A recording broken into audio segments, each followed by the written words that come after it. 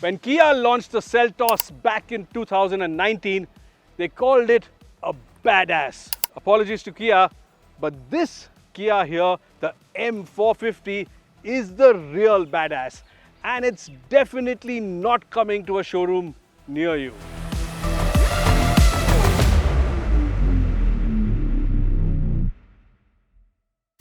Made for the Korean military, this 4x4 is based on the Kaiser Jeep M715, itself a military version of the Jeep Gladiator.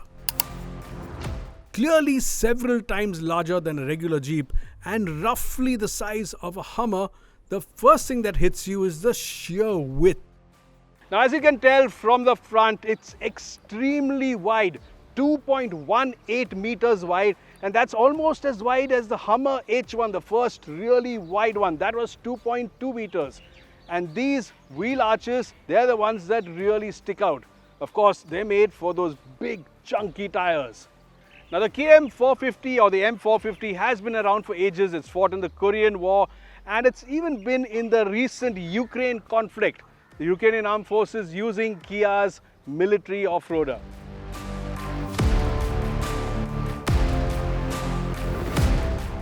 Now, no linked headlights, no DRLs, no LEDs. This is extremely practical, solid metal cages, and these steel beams are here to make it practical and hardy. You can pretty much smash this into anything and these lights will still continue to work. What's evident is that the KM450 emits a purely functional vibe. Don't think it ever saw the inside of a styling studio, and I think it looks all the better for it. What it also does is use materials cleverly. Now, something extremely interesting. Most armored cars, most off-roaders for the military have metal hoods, but this one, that's made of fiberglass. Fiberglass, remember, can be made bulletproof, and survivability is the ultimate measure of a military vehicle.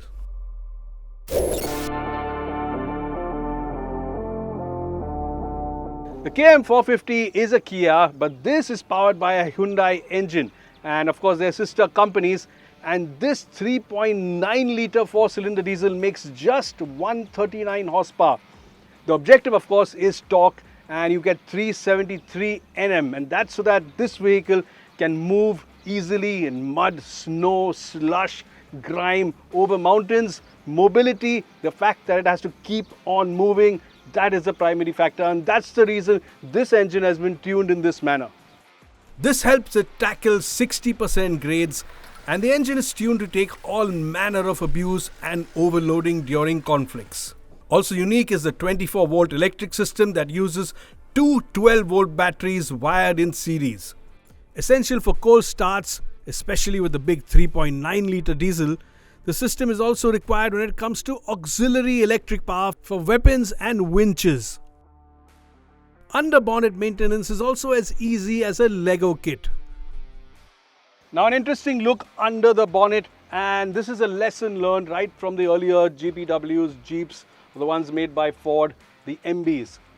Everything had to be easy to service. It needed a quick service, it needed easy access, and that's why you have stuff like the air filter right here, the turbo here in case it needed some work, injectors within easy reach, and of course in the field you may not have any light, so this under bonnet light comes as standard. Now, a lot of fascinating details along the side, these big wheel arches and those massive wheels, and this mount here is absolutely solid, and it has this really nice smooth movement. You can guess what that is for. Now this here, this door, that's fiberglass as well. Fiberglass. And of course you can drop this windscreen for better visibility, or if you want to remove the reflective index of the windscreen when you're facing the enemy. Now, something very unique here, that there is the oil cooler. And why is it between the cab and the loading bay? That's so that it gets protection. Hitting that oil cooler would decapacitate this vehicle, and that's the last thing you want. Also behind is another unique location. That's where the spare tire is kept. Now, place to strap two jerry cans here, and this is another place you can store ammunition, cartridges, something important. That here is the place where the battery is. There's a piece of sponge here to prevent the battery from moving around, but this car gets 2 batteries. That's the diesel filler. Easy, quick access, again for that quick pit stop and back to the front. And of course, on a vehicle like this, the chassis has to be tough, super tough. And just look at how big and large this thing is. It's massive. And of course, so is that rear differential. It looks like it's come straight off a heavy truck. The solid truck-like axles get diff locks at both ends for improved traction. Water wading depth, 760 mm.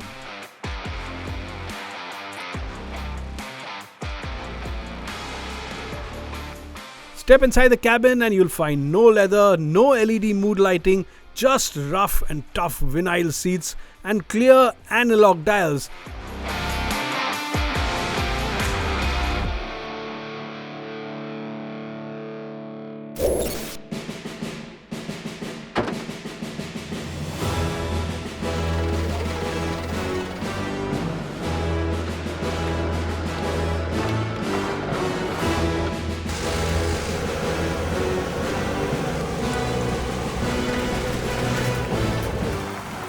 Now for an off-roader this wide and large, this one is pretty easy to place. You're sat nice and high.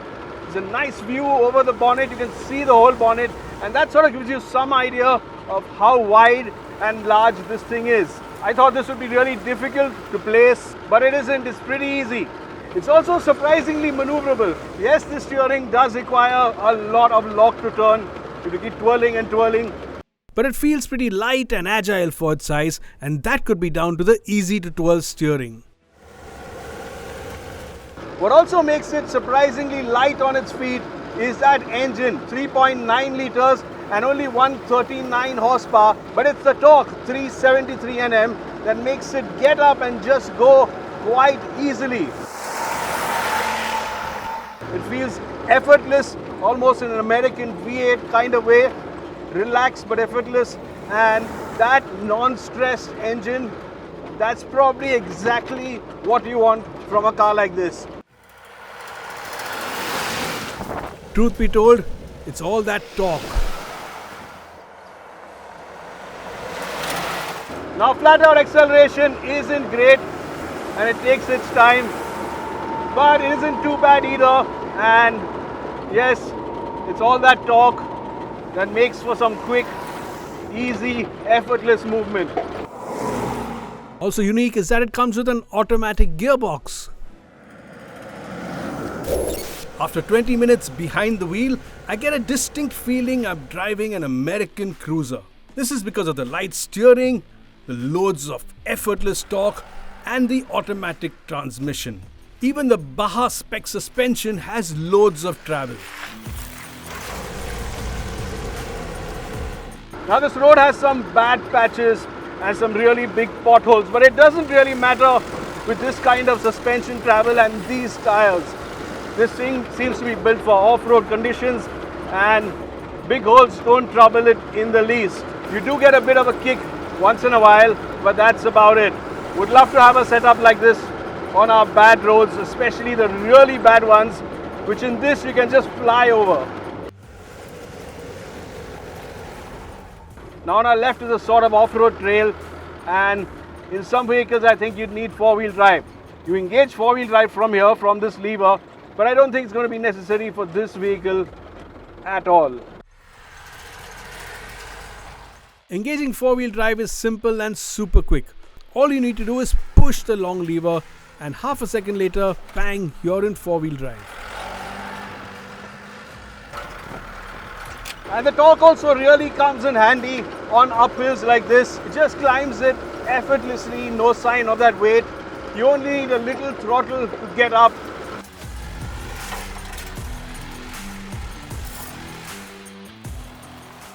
Now there is a lot of humming sound from those tires, those big tires, and those are actually what gave the Humvee its name, the hum from the tires. Yeah, and that does remind me in more ways than one of the Humvee. So does the size intimidate? Now while many would consider a car this wide to be somewhat impractical, in our conditions.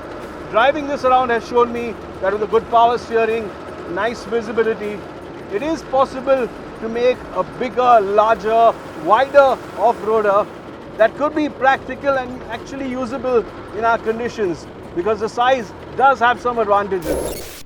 We asked owner Suhas Stingray what makes this unique off-roader different from all his others. He was quick to answer. I like driving this car due to the torque of this engine, the automatic transmission and the power steering features in this vehicle. And what's the best part? The best part of this vehicle is the ground clearance.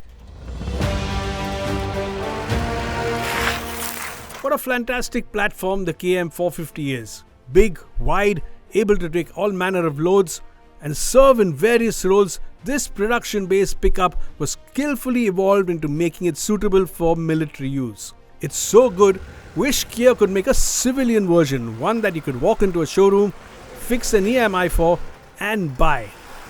What say you, Kia? Can we have your real badass?